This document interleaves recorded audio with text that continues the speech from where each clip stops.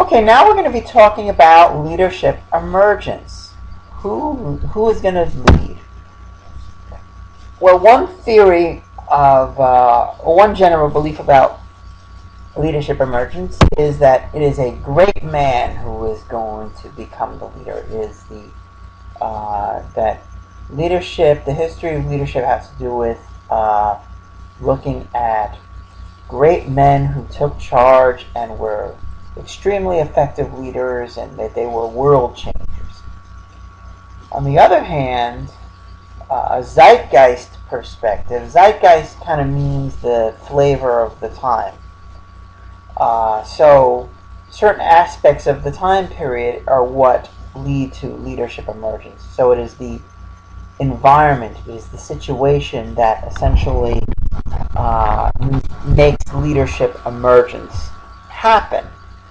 Although Tolstoy argued that Lincoln was a great man, but basically it's the power of the situation that essentially develops leaders.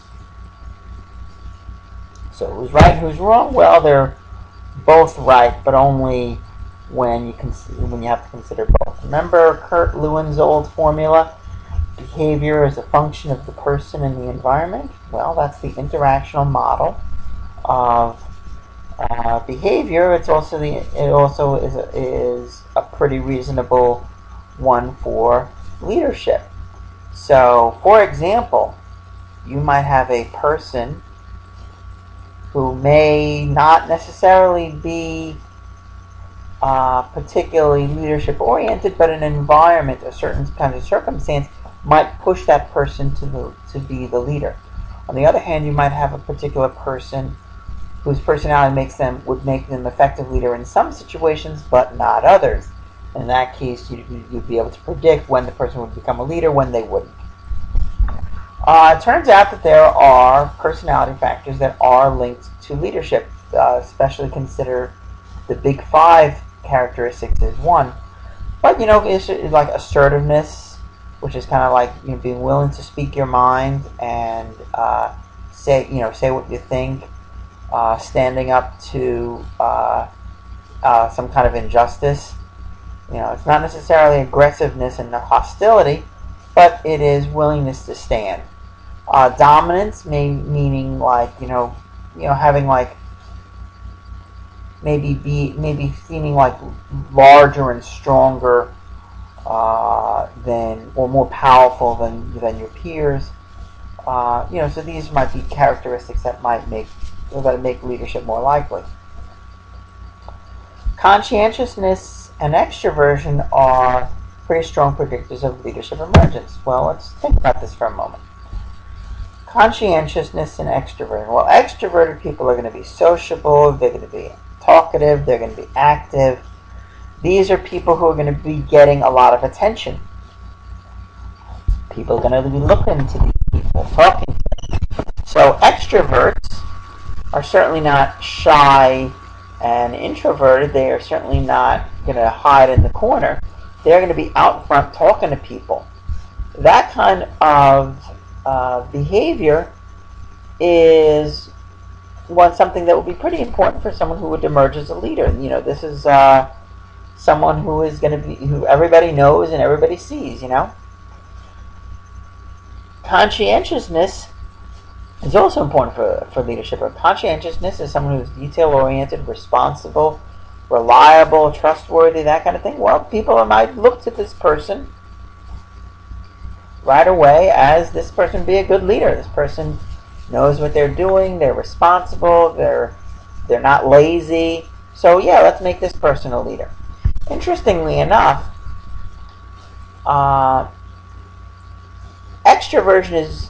both extroversion and conscientiousness are pretty good at predicting leadership emergence, but not quite as good at predicting how effective they're going to be. Extroverts, they'll still be pretty effective leaders, but not as much predictive as their emergence. Meanwhile, conscientious people, look how weak they are when it comes to their effectiveness as leaders. So apparently, maybe you can say that people who are conscientious, they're very detail-oriented, responsible, and whatnot, but maybe that works for their own behavior and their own work on their task, but maybe in terms of getting other people to be on board and everything, may not have that in them.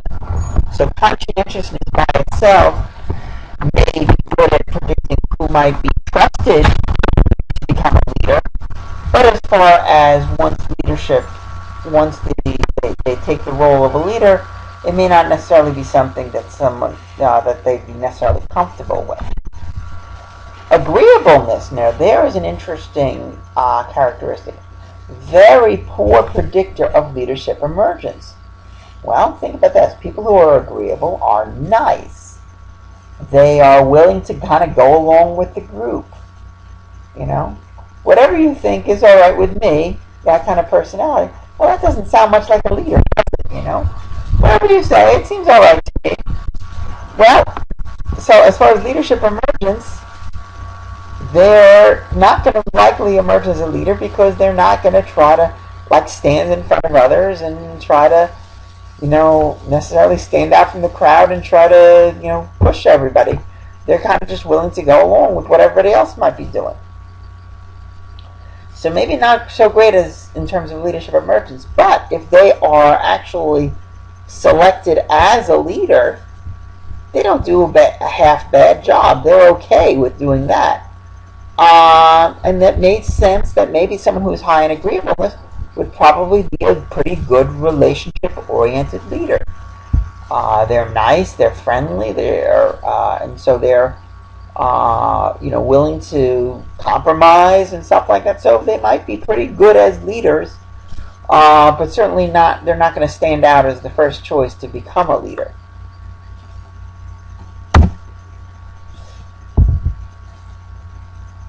Okay, so what kind of competencies, what kind of skills might be associated with leadership emergence? Well, one thing is intelligence. Now, interestingly enough, people tend not to want the leader to be the most intelligent person, but they would want the leader to be more intelligent than the average person. Okay? You want to be able to have, a leader might want to have advisors, for example, who might be more intelligent than them, and particularly on particular kinds of issues that need to be dealt with. But the leader, should not certainly not be a dummy, but doesn't have to be the smartest person in the room. Emotional intelligence is pretty important when it comes to leadership emergence and effectiveness. Emotional intelligence essentially means being able to kind of gauge the emotional characteristics of the people around them, so they can kind of see when people are upset or frustrated. They can see when people are happy and interested, that kind of thing. They can also do a better job of controlling their own emotions, either to kind of keep their anger and hostility down, or to perhaps increase their own energy to energize the rest of the group. So emotional intelligence is pretty important. Sternberg's model of intelligence reflects leadership that the two of the types of intelligence that he focuses on, practical intelligence and creative intelligence, Sternberg argues that those would be predictive of leadership. So practical intelligence involves the kind of intelligence that you would need to get some things done, to get everyday tasks completed. And that seems like a very important thing that a leader could do, because a lot of the tasks in a group are kind of everyday tasks, getting things accomplished, getting stuff paid on time, making sure you can solve this particular problem and that kind of thing, getting everything coordinated. This is practical intelligence. Creative intelligence involves, maybe coming up with new ideas, different ways of doing things, and that involves creativity. So that would be creative intelligence. Both of those would be pretty useful skills for leaders. Interestingly enough, participation, the speaking in a group scenario, is going to be predictive of leadership. However, it is not just the quantity of the talking, because that would just be the babble effect, where it's just the babble, babble, babble of somebody, and that person is chosen as a leader just because they're talking the most. But it's a matter of the quantity, the quality of what is being said, not just the quantity. So you have a person who's just going to babble, babble, babble about nonsense. That person is probably not going to be a leader. But the person who is saying substantive things, in addition to saying it a lot, those are the people who would be chosen as leaders because they are, it's because of what they say, not how much of what they say.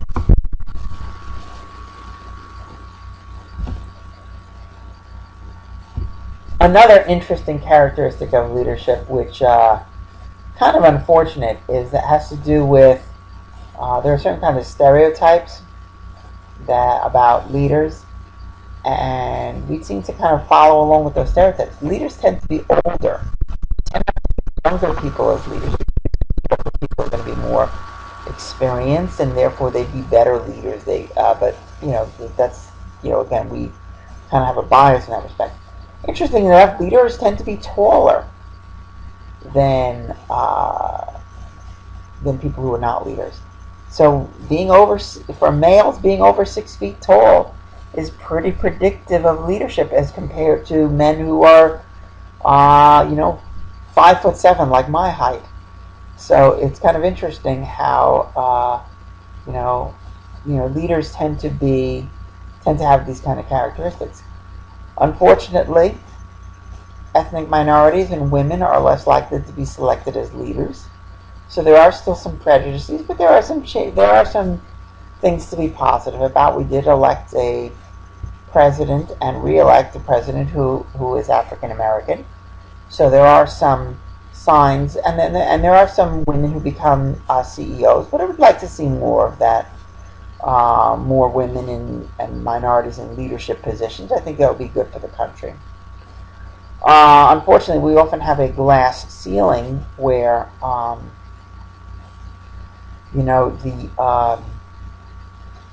there might be certain kinds of factors that might prevent leadership, women from gaining leadership. There's only a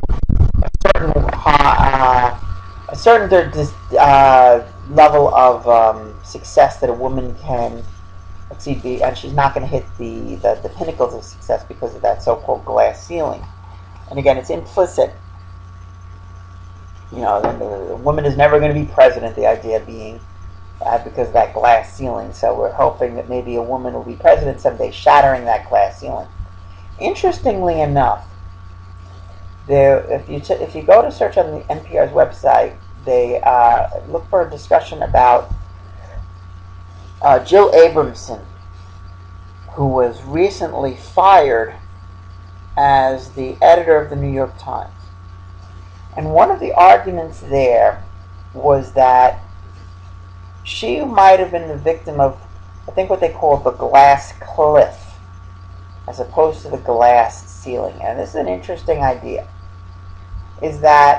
One of the interesting ideas is that there are several times that women are put in top leadership positions, but they are put in top leadership positions that almost destine them for failure.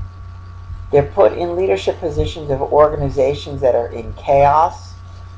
They are put in circumstances which make their success much less likely. Essentially, they're put on the top, but only to be shoved off of the cliff. The argument being is that, maybe that Jill Abramson was a victim of that glass cliff, where she was put in this leadership position, but it was kind of a circumstance where she wasn't expected to succeed. Maybe they put her in there perhaps because she was a woman. But maybe there were some personality conflicts between her and the editor. There was some, her and I guess the editor-in-chief. So it's a matter of different kinds of circumstances that might lead women or minorities who are chosen for those top leadership positions to be put in those leadership positions and be very vulnerable when they're there. And the researcher talks about positive various reasons why that may be happening. It's an interesting story. I'll have to find the link for you. Um, but anyway, bottom line is that women make great leaders. They've been shown to be successful in government, in business, in many different areas, academia. In fact, Our Lady Lake College just hired a new president, and this president is a woman. Our previous president was a woman as well. They were both really, the last president, Dr. Harper, was really, really effective. I think Dr. Holland, our current president, I think she's going to be a very good, powerful leader as well. And so, there are the types of skills that many women have. I think would be very much appreciated in leadership positions.